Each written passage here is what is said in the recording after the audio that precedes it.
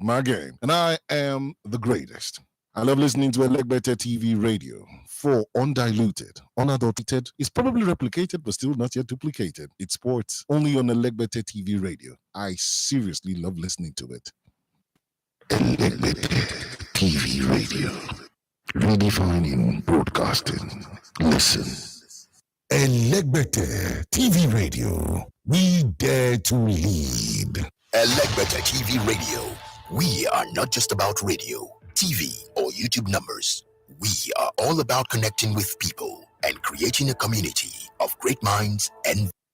My name is Frank Idemudia Alapa, that's my name. Talking sports is my game, and I am the greatest.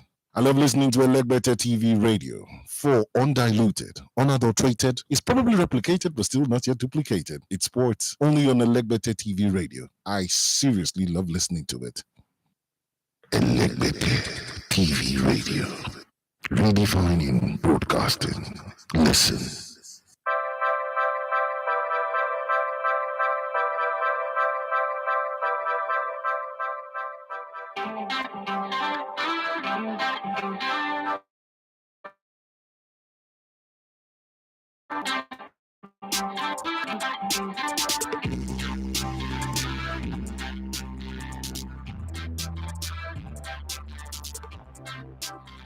Yeah, my Japanese friends will say it's not how many times you fall, but if you are able to stand after every fall, then it's a better story. So it doesn't matter the setback that we have. We all know that if you bank on making your show on YouTube Live, you're going to have all of these technical issues. You just have to survive it and come out stronger at the other end of it. Thank you very much for your patience. Those of you who were on the first one, wasn't getting audio, and you still have to come back again to be on this one. Thank you very much, and I hope you can help me spread the good news to those who are falling behind or falling away, and tell them that the show is still on.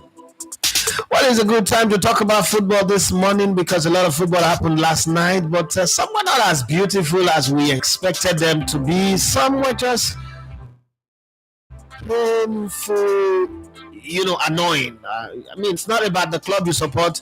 It's just the fact that when you sit back and you put some kind of expectation in a football match, you expect that things will go the way you want them to go, but unfortunately they don't. Then it becomes a problem. And I think that's what happened with the Man City versus Real Madrid game. First of all, I don't think that there is anybody out there who really is sitting in their house and saying, I expect Man City to win.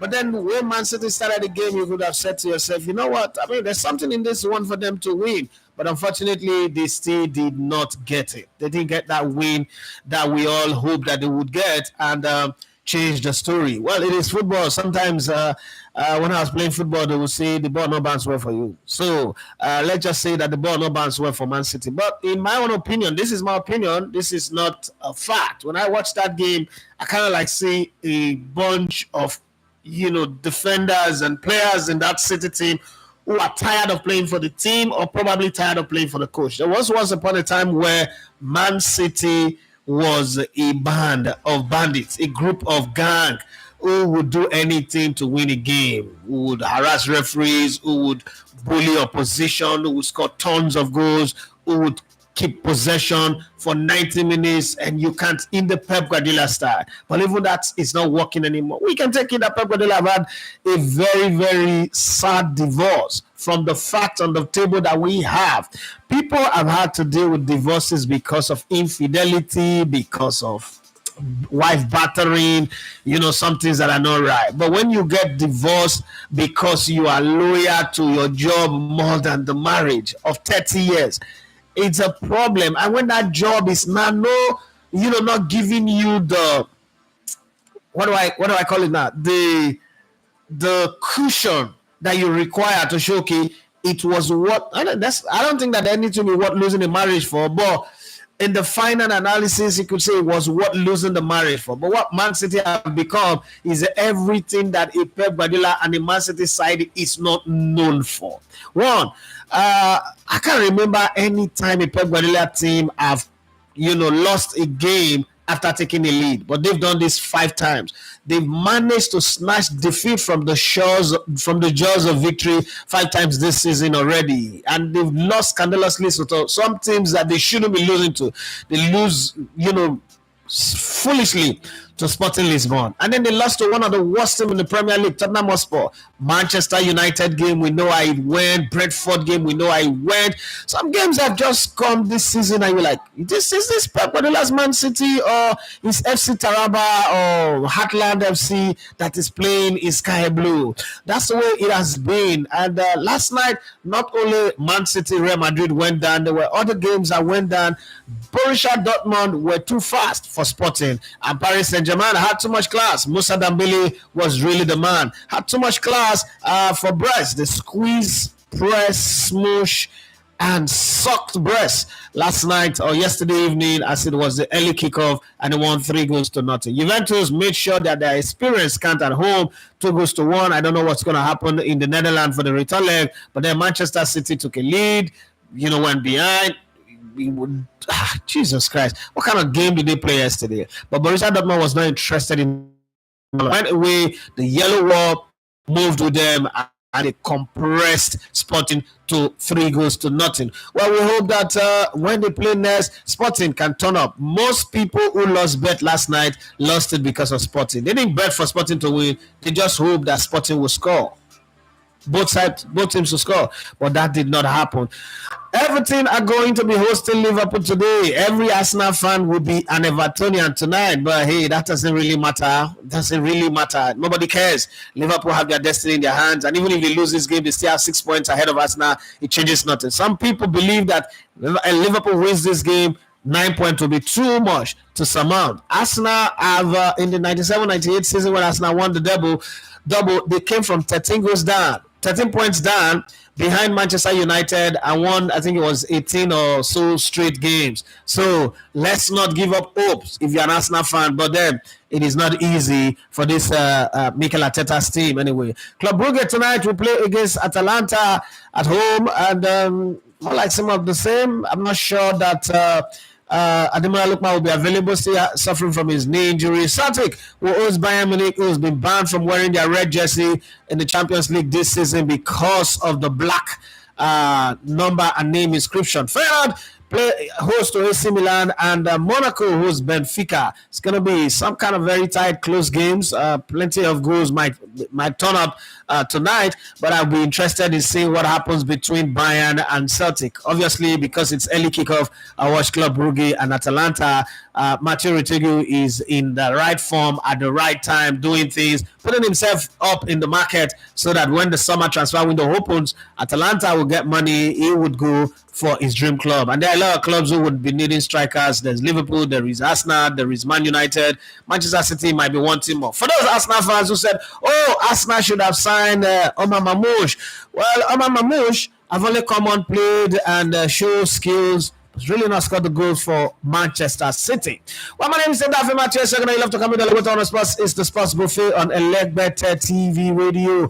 Wherever you are, let's have some fun. Let's jump in on the conversations yesterday. Real Madrid. Let's start with the Real Madrid game. I don't know if you guys noticed, but there was just some very, very funny, unusual, lazy play from. You could see the hunger in Erling Haaland when he gets the ball or gets the chance, but beyond that one, there was really no hunger. Maybe Kevin De Bruyne, yes. You see all those things that I've always said about Bernardo Silva. Rafi, you're too harsh. You're being too hard on him. You criticize too much. Your standards are too high. Which boy you even play safe when you always criticize like this? You see, when push comes to shove, Bernardo Silva have always find a way to go MIA. This is not the first time. It's always like that. When the team is doing well and they are winning, they are imperious. Bernardo Silva is covering every blade of grass. He's running. In football, there's something. We just lost one of my former Coach Bardo. He would say, you were busy doing nothing. And as a young footballer back in the day, you don't even understand what that means. If I was busy, why am I doing nothing? But then he would say you were busy running around like headless chicken, like, rabbit. It was the one that brought this word that made me know Nkapi, you know that long mad rat. So you were running like Nkapi, smelling everywhere, but you were not doing anything for the good of the team. Oh, I'm like, if I was running everywhere, if I was marking, why does he say I'm not doing anything? But then as I grow, you get to understand that some things that they say one day that gets you angry, you might look back and say to yourself, well, this guy was right. Now I understand what he was saying. When you look at this Man City lineup, because people always talk about the injuries and all that, you have Grealish, who was really busy doing nothing. Well, they substituted him in early. Kevin De Bruyne tried, he huffed and puffed, but that was all. Haaland, did his job, scored 2 goals, but still ended up eating humble pie. Bernardo Silva, neither here nor there. Savinho, neither here nor there. Phil Foden that came in, neither here nor there. John Stones as a defensive midfielder, he was a defensive midfielder. I don't know. Ruben Dias, captain. He was always complaining in the whole game. Didn't add any value. Manuel Akanji, when he came into this team, they said, he's a Robocop, he's a strong man, he's going to be this or that. But that's not done anything. Ball playing goalkeeper, Ederson. I think he was capable for 2 of those 3 goals that they considered, in my opinion. I might be wrong. And, Vadio tried. Nathan Ake tried until he was substituted. But then this Real Madrid team, it's not, when we look at it from an analytical perspective, it's not like this Madrid team is such a glorious team.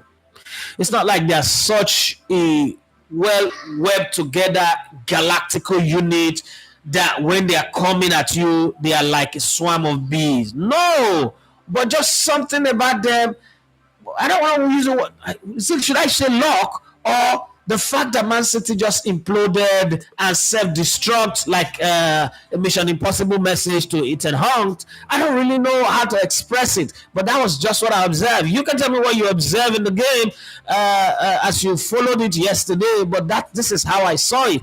But Paris Saint-Germain was just a one-way traffic. From the get-go, it was a one-way traffic. Brest was going to bank on luck, hope that Kamara was able to get in on the ball, make his run. They were going to bank on his speed, and he was going to do 1 or 2 things to put the ball in the feet or in the head of Ajoki. But a team that you've not won against in 40 years, this is not the time that you're going to win against them. And just that happened after Bakola scored that first goal. Then it was Dembele, who for me is the man of the match, performed very, very well. But then Vitinha, I was cool, calm, and calculated with that penalty that he scored.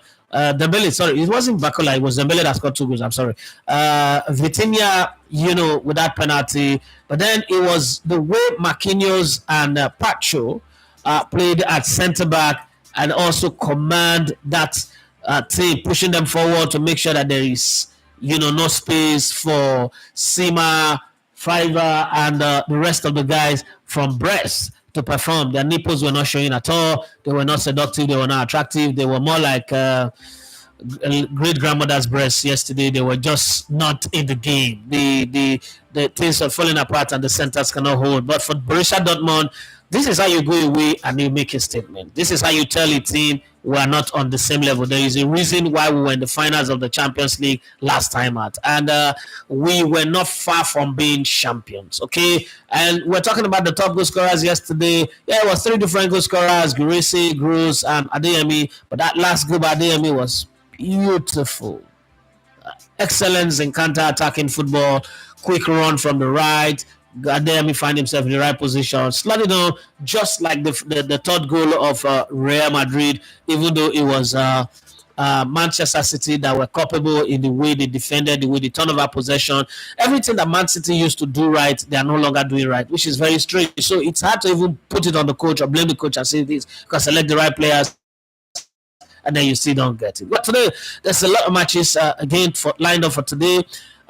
Where's your smart money on? Club Brugge Atalanta look like it's supposed to be an easy run for Atalanta, right? Because of the kind of form that they are in and the way they play. But then Club Brugge at home is a very difficult team to play against. So when you go to Belgium, you have to come there prepared and be ready. I'm going to put my smart money on Atlanta in this one. Celtic, Bayern Munich. Celtic at home is a different proposition, whether on European night or in the Scottish League. But this is FC Bayern we're talking about. They've not really been the best of team this season in the Champions League and even in the league. Yeah, they're topping with I think about 8 points now because Bayer Leverkusen drew with Wolfsburg over the weekend. But one way or the other, when you look at this Bayern team does not remind me of that team that has Schweinsteiger, Philipp Lahm, Alaba, Frank Ribery, Ian Robben, and the rest of them. There is just something about this team that says they are beatable. Aston Villa proved it to us anyway. And a few other teams have also beaten them this season. But having said that, I think that knowing that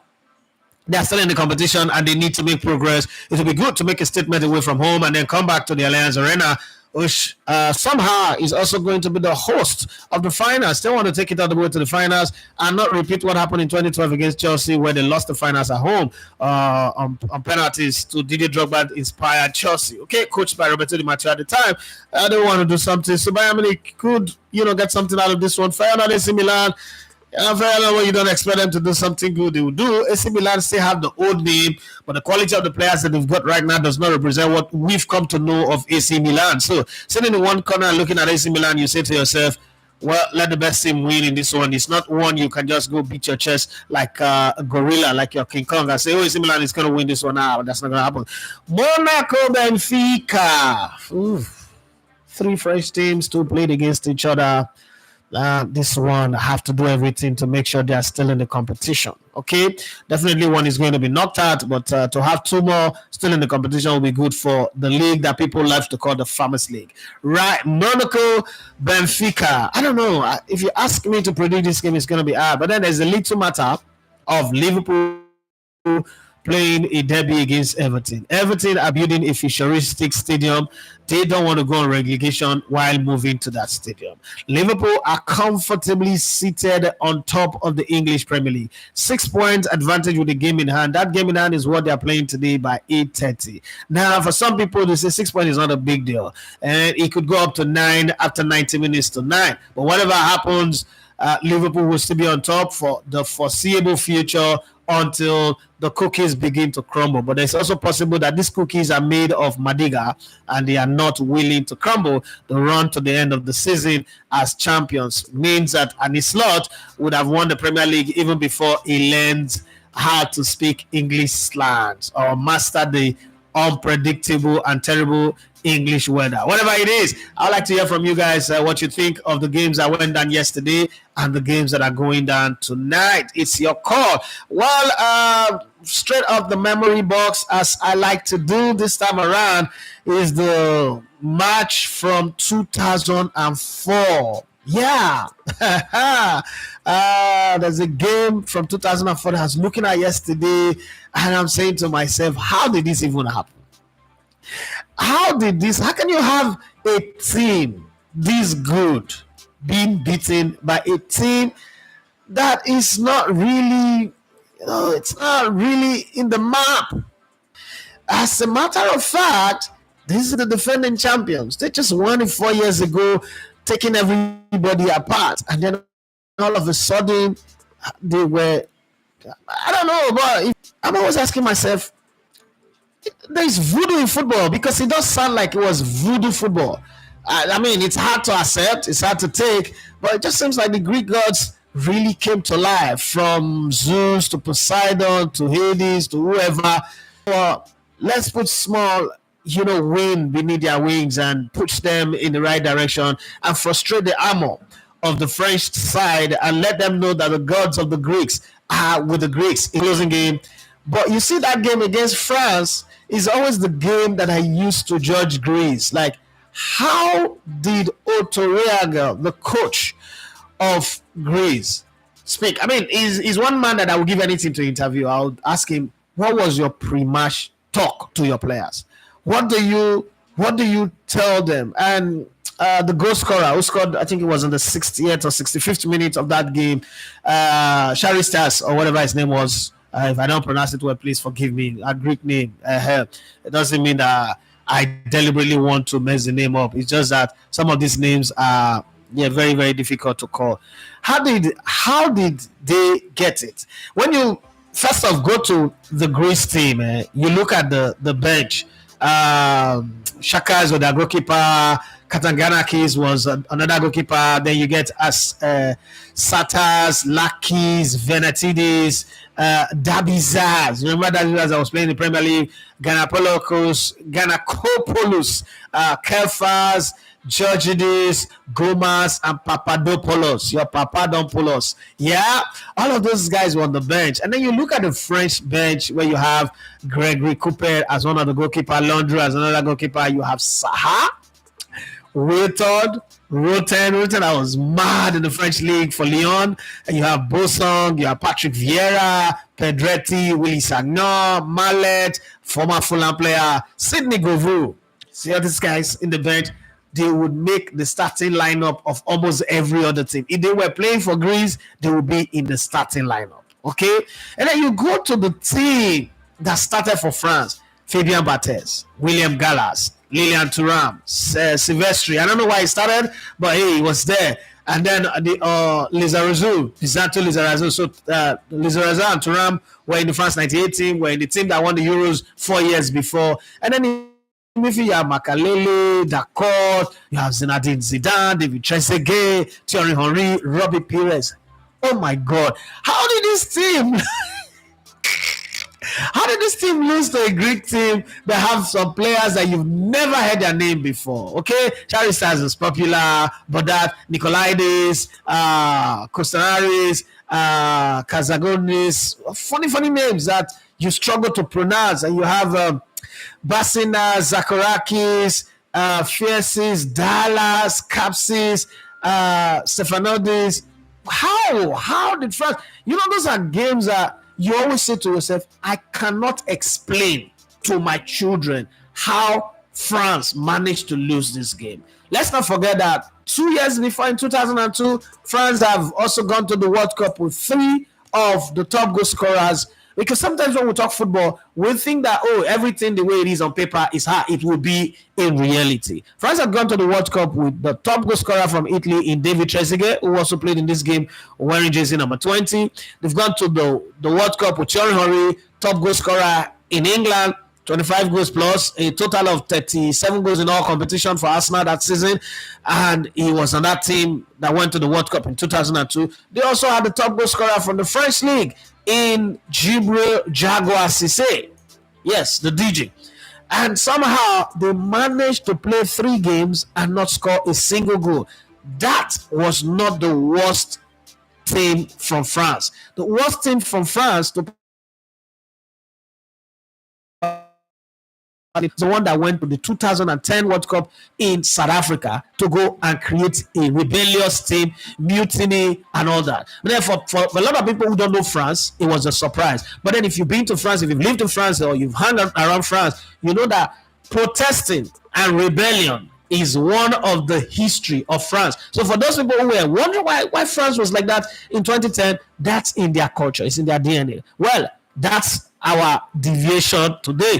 Well, whatever you've got to say about yesterday's game or excuse me, or today's game, it is up to you to talk to me about them now. Let's start with the first comment on the show today. The line what you says, the Man City played the good and the bad, while Madrid did the ugly. They just smashed and grabbed, no jokes. Okay. Carrie says, Coach Mingo Brendo, Hala Madrid. I thought you're a Man United fan. Are you not a Madrid fan? I thought you grew up. Carlo, we grew up in the same house. I thought you're a Man United fan. What happened? Kalajai Ibrahim said, good morning, boss. Good morning to you. Tosi Iliyomade says, good to be back. Yes, Kalajai Ibrahim said, how would you rate the performance of Erling Haaland and Vinicius Jr.? So Haaland is really not a striker that you sit back and rate his performance. Haaland football is like Gary Lineker's football back in the day. Gary Lineker is not the guy who is boisterous, who is everywhere, who goes from end to end, gets involved in everything. No, he's the guy, give me the ball and I will score. I don't want to use Yakini, but more of a Yakini type. Yakini is not the guy who will drop into midfield.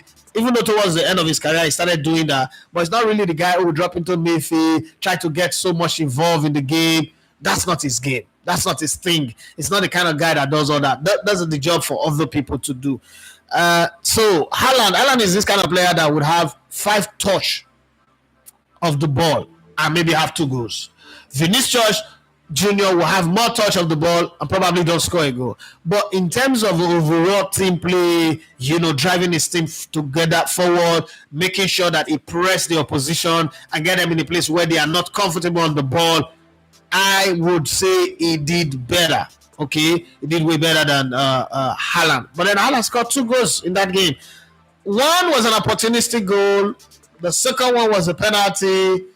You can argue he didn't win the penalty, whatever, but he's the penalty taker designate, and he could also have missed it. Thibaut Courtois could have caught it. So the fact that he dispersed it, sent Thibaut Courtois the wrong way, was cool, calm, calculated, mean like an assassin or a sniper on the top of a mountain trying to aim at someone from an impossible distance. The most important thing was that he scored and he got 2 goals out of it. So if the numbers are the calculation, 20 years from now, nobody's going to talk about the play. Just the way we just talked about Greece versus France. The play, France did the play. Zidane was twisting and turning. The balls were just not going into the net, right? But at the end of the day, we'll talk about Greece winning it. And in that performance, on that ratio, we will say that Haaland took the day. But then who was the man of the match? It was Vinicius Junior, because he covered every blade of grass that was available to him from his position of play, tactically and technically. If he had not gone on a burst of pace and put on the nitro and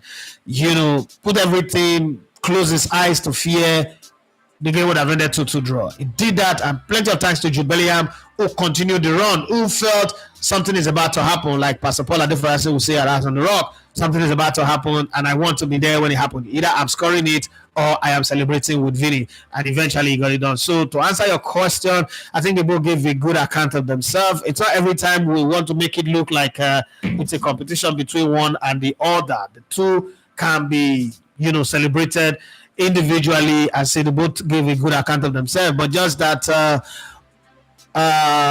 it was a sad one for Haaland, humble pie eating again, and for Vinicius Junior, Hala Madrid, they go home, waiting for the second leg, knowing that any type of win puts them through. Even a draw puts them through. It's a good position to be, but again, in football, say what? Anything can happen. Precious Brill, he said, Everton will try their best, but Liverpool will come out victorious. Wow. Football sometimes can be very, very funny. These kind of games are potential banana peels that I do not really like to just count anybody out. Everton have not been good this season. They've changed their coach. Can this be the turnaround? They're in 16th position. Everton have played 23 games this season, won only 6. That's very bad. That's very, very bad. Drawn 8 and lost 9 games. They scored just about as many as they've conceded, but they've scored 23 and conceded 28. They're in -5 goals deficit. Playing against the league leaders, who's played 23, won 17, draw 5, lost only 1, scored 56 goals, conceded 21. There is no way on paper where Everton wins this game on paper. But then the same way there was no way on paper where Plymouth beat Liverpool, anyhow you look at it. Because when people say that they use reserve players to play against Plymouth, everybody on that Liverpool team on the day in the FA Cup would march straight to any team in the Championship and get a starting place. And Plymouth are at the very bottom, the base. They are the basement team, but then they beat the number 1 team in the 92-team pyramid of English football. So anything is possible, but I can't remember the last time where this anything is possible thing happened between Liverpool and Everton. Liverpool's had the upper hand, in the recent times. This is not the era of Duncan Ferguson. This is not the era of Linton Baines. This is not the era where you can boldly say, Everton can do it, okay? But let's not forget that Everton have beaten Liverpool in the Premier League in 2024, 2-0.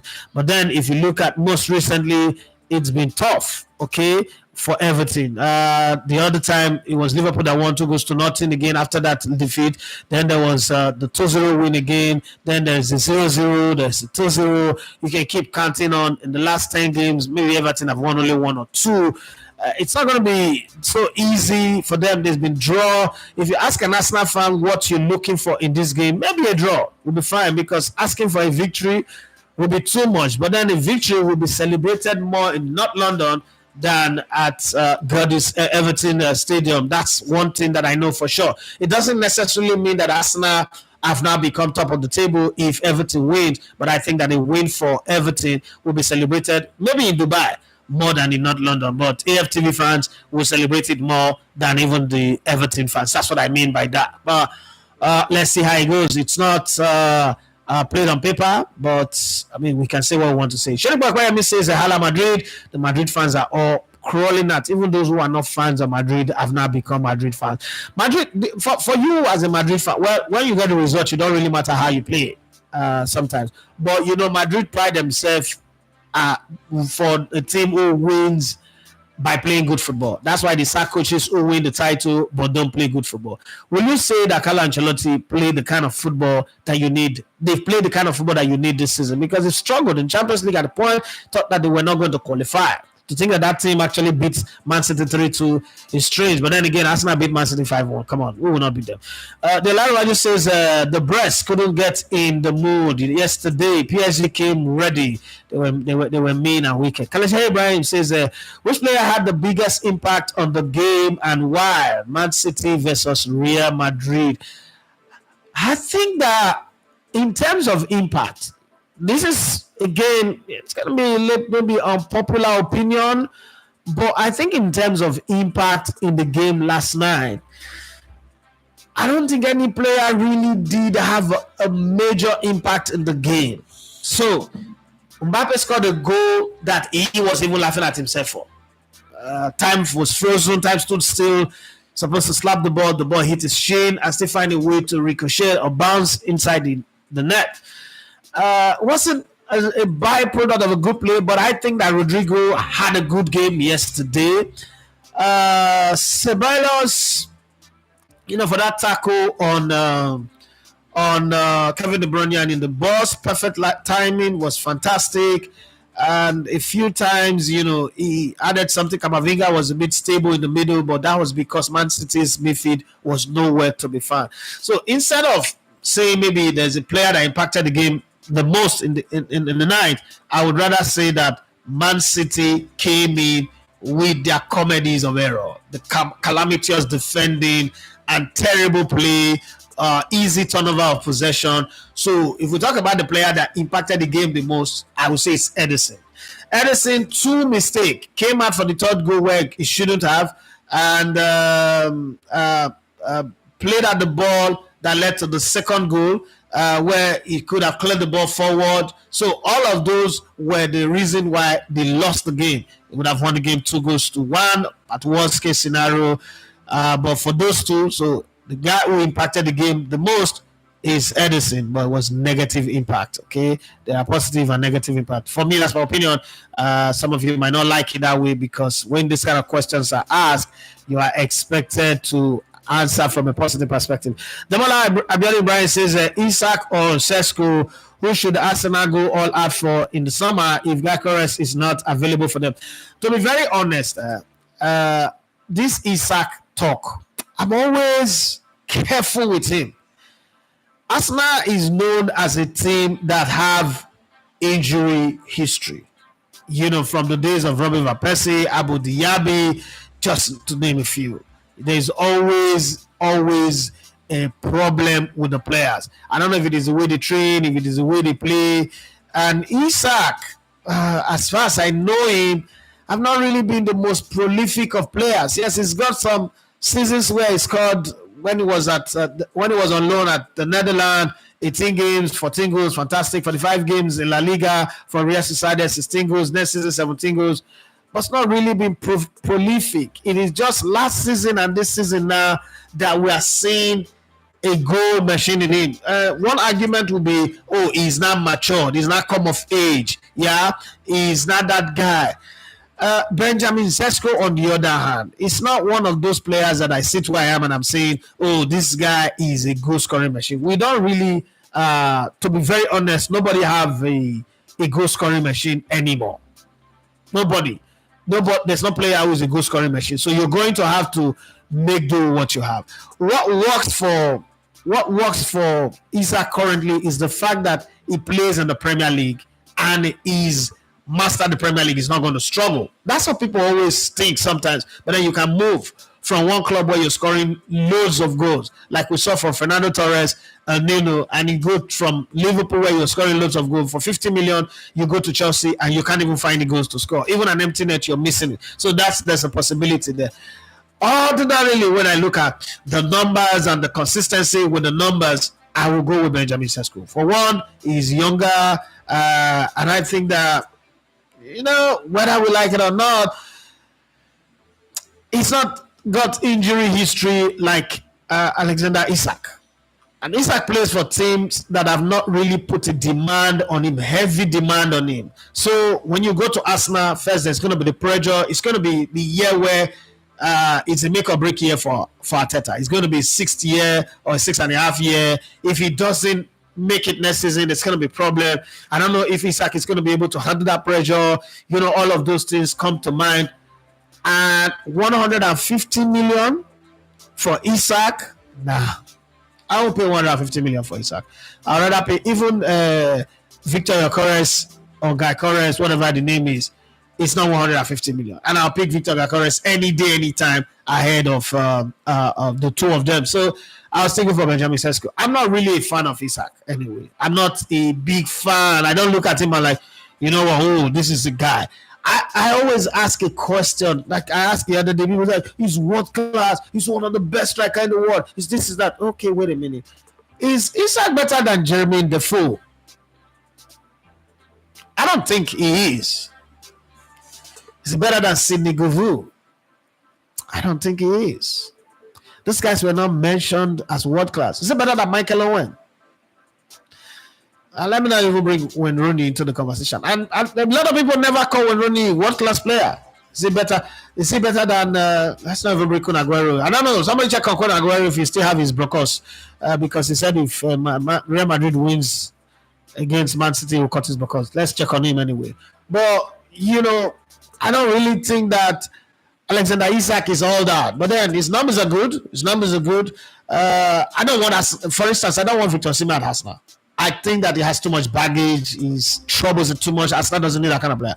But if the decision comes to worst case scenario, like those are the only two players remaining, I'll still pick Osimhen ahead of Isak. Isak does not have baggage, no problem. The only baggage is his injury. Osimhen comes with a lot of baggage that I don't even want around an Ikorodu City, not to talk of a club as big as Arsenal. But if push comes to shove, I choose him ahead of Isak. I think that Isak is been priced out of the market. Nobody's going to pay 150 million for Isak. I don't know what he's playing that will make anybody wants to do that. But again, we'll see. The conversation is that Isak is more likely to go to Barcelona. That's what the conversation is behind the scene currently. He's more likely to go to Barcelona than he is likely to go to Arsenal. And he's coming from Spain. He's going to go back to Spain. Who wouldn't want to play for Barcelona? Let's be honest. You play for Barcelona, your name is in the conversation for Ballon d'Or. Your name is in the conversation for bigger things than going to play for Arsenal. So we'll see how that goes in the long run. Shady Bakwayami says, good morning, boss. Good morning. I said it yesterday that Real Madrid is the team for the UEFA Champions League. You're right about that one.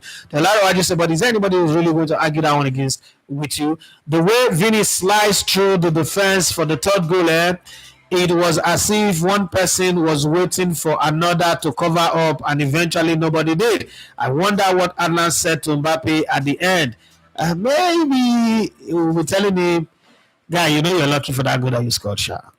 That's not one of your trademark goals, like, oh, this is your goal. You set yourself up like the goal you scored in the World Cup against Argentina, but then you didn't hit it properly. But then, when you work very hard, luck seems to smile away. I've not seen anybody who works very hard who gets unlucky. So he's worked very hard, he's done his thing, and he's gotten going. Karakari say, Man United for life, but in Spain, I support Madrid. Because I just want to be sure. I not say you be Man United fan unless I not come to my brother again.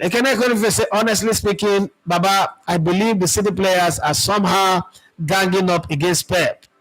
When you think they are winning, they just lose the game on their own. And that's the funny thing. It's not like it is Madrid that just came up with a magical tactics or setup or structure for them to win. You could see that if you play this game, you know that these players are selling the match. That's local balance. They sell the match. They're not playing the game with. There's no off in their movement. There is no bounce in their step. It's just, you know what? Oh boy, leave me. This coach, if you're not so much, but they sack up. You know, you get that feeling like the players are just talking among themselves. Oh boy, set them up, let's score, let's score. You understand? Because it doesn't really look like they are committed to play for the club or play for pride or try to do anything to win the game. It's not important to them whether they win or they lose. That, for me, is sad. That professional footballers will get to that level. It's sad. But again, I mean, not too many people would agree. That you're just cooking this one up. You know how they say, where is your receipt? Where's your evidence? Like D1 and Very Dark Man right now. But then, Ekonife says most of them just doesn't show up to the game these days. Kalajayi Ibrahim Adewale say, what could you say about the Juventus team? They don't have world star players, but they keep on grinding at result game by game so far. How far do you see them going in the UEFA Champions League this season? For Juventus, it's more of what a team can do than what star players can do. We've always known Juventus from the days of Michel Platini in the 80s, coming down to the Pirlo, what's it called? Alessandro Di Piero, Patrick Vieira, all of these guys. We've known how they play. Zlatan Ibrahimovic with some tough star players, solid players in their team. But in this case, it's become different. I think what the coach is doing is, you know what, I'm going to use what I have to get what I desire. Thiago Motta is not saying to himself, oh, I have the world-class players like you'll notice. But then, with what he's got, he's trying his best with Way, Gatti, Vega, Kelly, to form a solid backline. They do concede goals, but they are a very difficult team to beat. Then with Douglas and Locatelli, any other team, these two guys, Douglas Luiz and Locatelli, you not regard them as the most solid defensive midfield players, especially with Douglas Luiz, who sometimes run out of position, wanting to go and support the attack. But then when you have a player like McCain, Weston McCain in front of them as well, he's also not the most creative player, but he's also been lucky this season. I think they're one of the best players in Yiddish, but sometimes again he goes off. And then Gonzalez as well, who was the man of the match last night and put up a very good performance. Nicolas Ivan Gonzalez, and then Kolomoani, who was picked up from, I think, Eintracht Frankfurt also. And look at what he's doing right now. What they are building is a team. Since we don't have the star player who can turn heads, who can change the game with a twist and a turn moment in the game, let's come together as a unit and be able to shade everybody. The final question is, how far do I see them going? I think that if they get to the quarterfinals, they would have done well. They'll take that experience and build on it next season. Juventus was one of those teams that I was hoping would sign Victor Osimhen. But I think that, I don't know, this is not a fact, but it seems like all the teams in Italy have agreed behind closed door that nobody will touch Osimhen with a long stick. So there must be something they know that we all don't know. Because if you look at our Juventus team, the way they crossed the ball into the 18, the way they played, you will say that if Osimhen is in that front line, sorry, I'm responding to somebody. Ooh, sorry.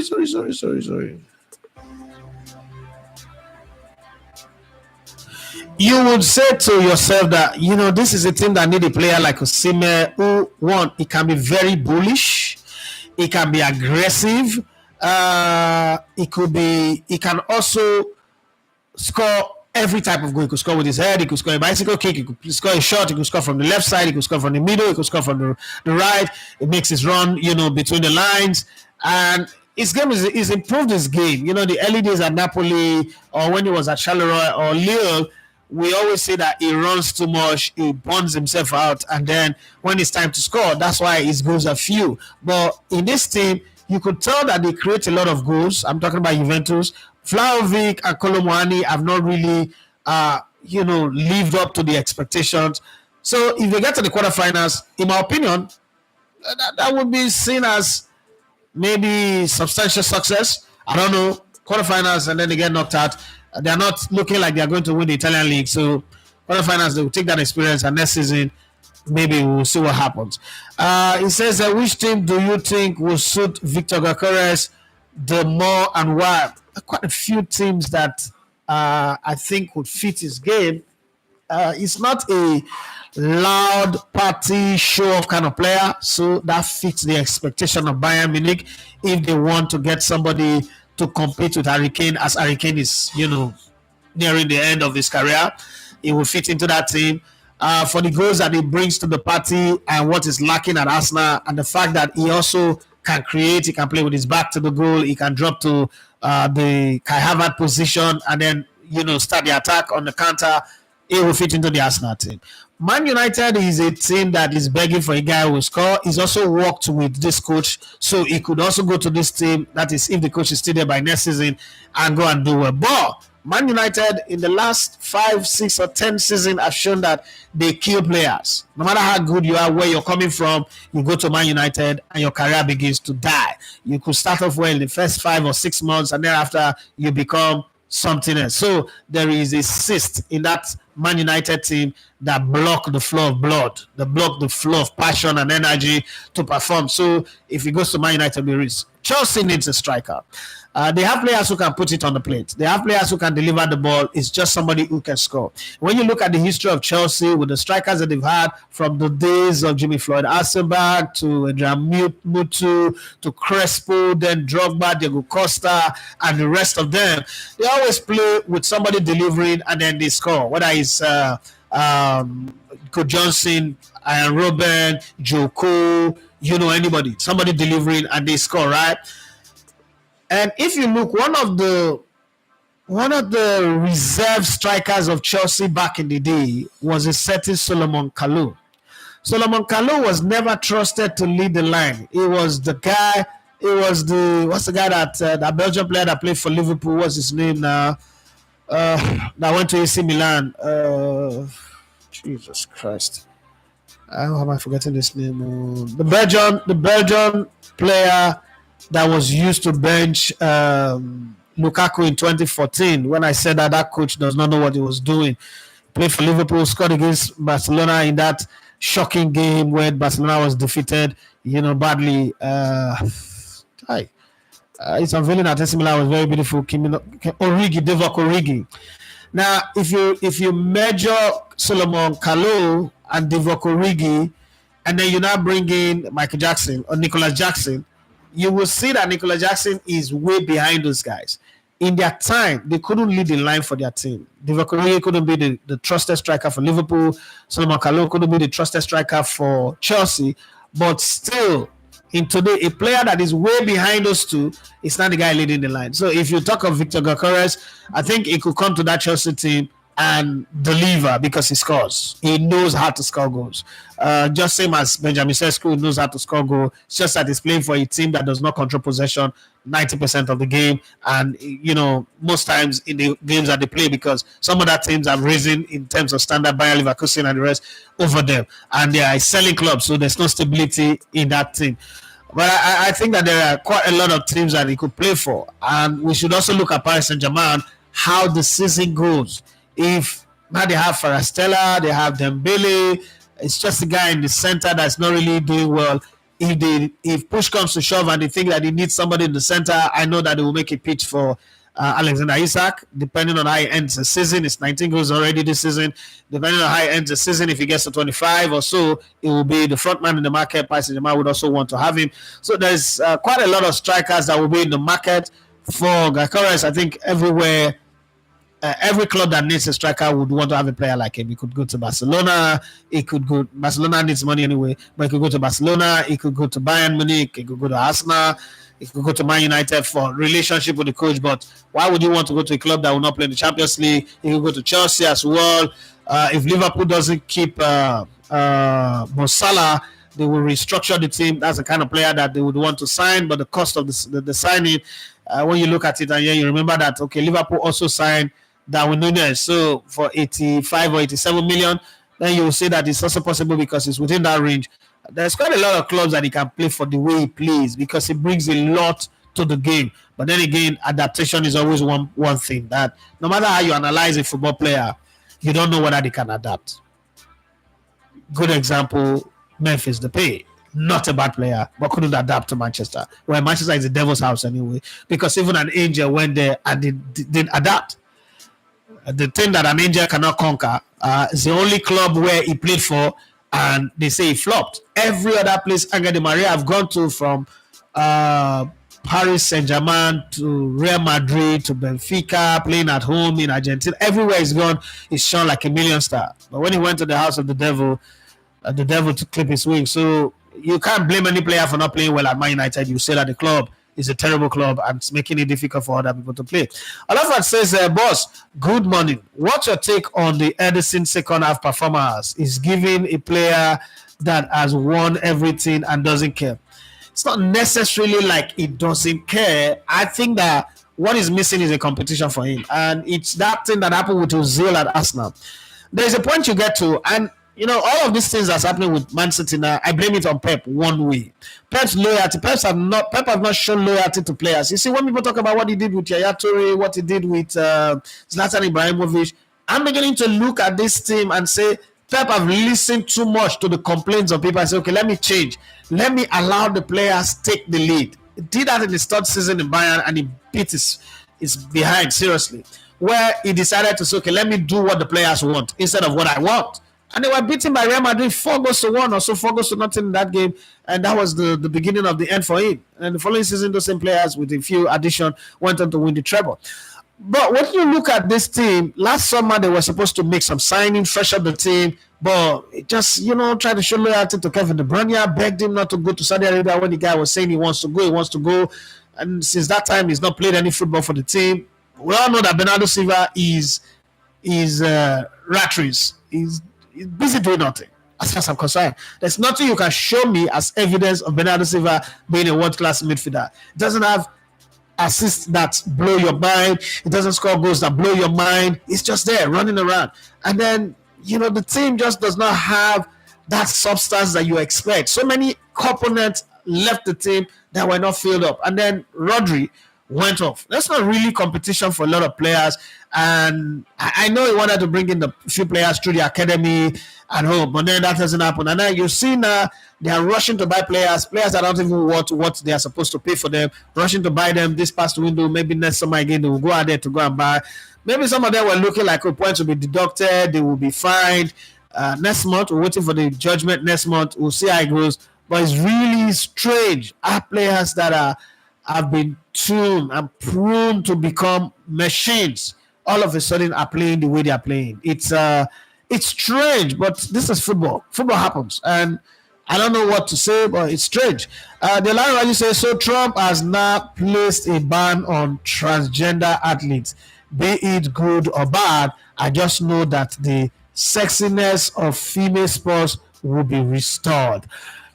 Well, it's strange how this needs a presidential conversation. Because I don't understand how somebody who is a man all of a sudden changes to become a woman and you expect him to compete with women. It's not a fair thing. You're born a man, you're born a man. If you're too lazy to compete in your sport, go and be Uber driver or learn something else. Don't change to a woman so that you can win medal. I've never supported it. I've never liked it. It's strange for me. The line one says that Greek win was like that of the Danish team in 1992 Euros. They even went to the finals to beat Portugal for the second time in the tournament despite being the host. Yes, the one Abeni Ibrahim says, I don't think I would blame Edison though, because he also kept them in the game, but the City players are playing like Southampton players these days. Well, Ederson was capable for 2 goals, so that's enough to blame him. The second goal, it was his reckless play that accosted. The third goal, I think he came out too early and put himself in no man's land, couldn't stop the ball, and I mean, he didn't make himself big enough. Vinicius Junior was quick, fast. Yeah, the defenders were sleeping. They were, it's to be or not to be kind of situation. They were caught in two places, in two minds, but the goalkeeper is still at fault. He came out too early and was caught up in no man's land. Demola Benibari went on to say Timothy Ware is now a right back in Juventus. Thiago Motta really convinced him to play there and is giving his best. When you're a young player, a coach will bend your position and you will have to take it, because if he tells you that position that you're claiming up front, I will never give you a chance though, and you want to play in this team, you go take a move. You are not your father, you are yourself, and you have to play for yourself. The line where you say Hall of Fame entrance for Israel Adesanya and Gastelum for the brutal fight they had in 2019. Yes. Demola Ibrahim says, I think Vlahovic will be available in the summer. It seems Motta favor Kolomuani more. But I don't want him at us now. I don't want him. I know that Ateta is obsessed with having him, but I don't want him at all. Well, finally, on the show today, Christopher Martin said Divock Origi. Yes, that's the name I was trying to remember. Thank you very much, and thanks for your patience. First live didn't have audio, but you guys kept it real and came back. Thank you very much. I'm really, really grateful. I'm honored to have you guys as member of my community. Let's do it again tomorrow. And thanks to Mr. Best for making it possible for us to run the show today, for all the support that you guys give to keep us going every single day. I am super, super grateful. God bless you guys. Once again, my name is Idafe Manchester. Don't do the things that your children will not be proud to say you were the one that did it in the future. Have for yourself a wonderful day ahead.